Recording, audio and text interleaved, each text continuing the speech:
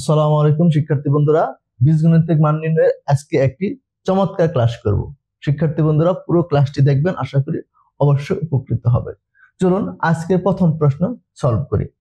প্রশ্ন x plus 1/x সমান √3 হলে x square plus 1/x square সমান কত? শিক্ষার্থী বন্ধুরা এই প্রশ্নটা অনেকেই ম্যাজিক টেকনিকে সলভ করে। ম্যাজিক টেকনিকটা কি? যদি দেখেন এখানে আপনার যে x প্লাস 1/x আর এখানে আছে x স্কয়ার প্লাস 1/x, অর্থাৎ কি এখানে যে পাওয়ারটা আছে এখানে পাওয়ারটা জাস্ট ডবল।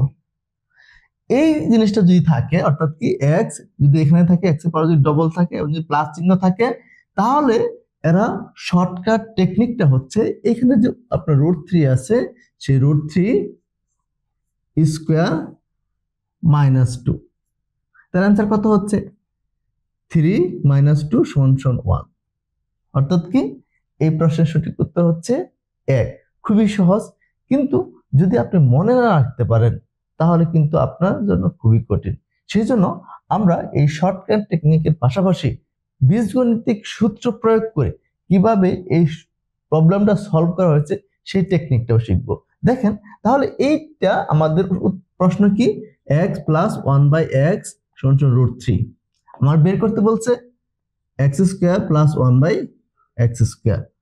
ঠিক আছে, তার মানে এখানে আমাদের এই প্রশ্নটার সাথে আমাদের সূত্র কোনটা মিলে যায়? সূত্র বনে যায়, দেখেন যদি এরকম থাকে যে a প্লাস b সমান সমান কোন কিছু দেওয়া আছে p, যদি আমাদের a square plus b square বের করতে পারে, তাহলে আমাদের যে সূত্রটা আমরা অ্যাপ্লাই করব, যে আমরা জানি a plus b whole square সমান সমান a square plus 2ab plus b square.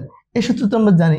এখন এই সূত্র থেকে আমরা গত ক্লাসে যে একটি সূত্র থেকে বীজগণিতের প্রয়োজনীয় সকল সূত্র কিভাবে বের করা যায় সেই ক্লাসটা করেছি।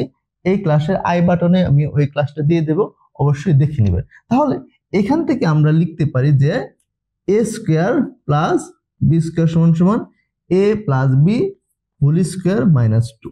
এই যে -2 ab, তার মানে এই অঙ্কটা সলভ করার জন্য আপনার এরকম যে সূত্র আমরা শিখছি সেই সূত্রটা অ্যাপ্লাই করতে হবে। তাহলে আমরা কিভাবে এই সূত্রটা কিভাবে অ্যাপ্লাই করে আমাদের এই প্রশ্নটা সলভ করব, যে তাহলে x square plus 1/x square সমান লিখতে পারি আমরা যে x plus 1/x whole square -2 x 1/x, এই x x কাটা। তার মানে দেখেন এই জিনিসটা এখানে লিখছি, এটার মান কত √3 হোল স্কয়ার -2। এই ইকুয়েশনটা সরাসরি আমরা এখানে লিখছি। তাহলে এখন কত থাকে, √3 এর স্কয়ার করলে 3 - 2 = 1, অর্থাৎ এই প্রশ্নের সঠিক উত্তর হচ্ছে 1।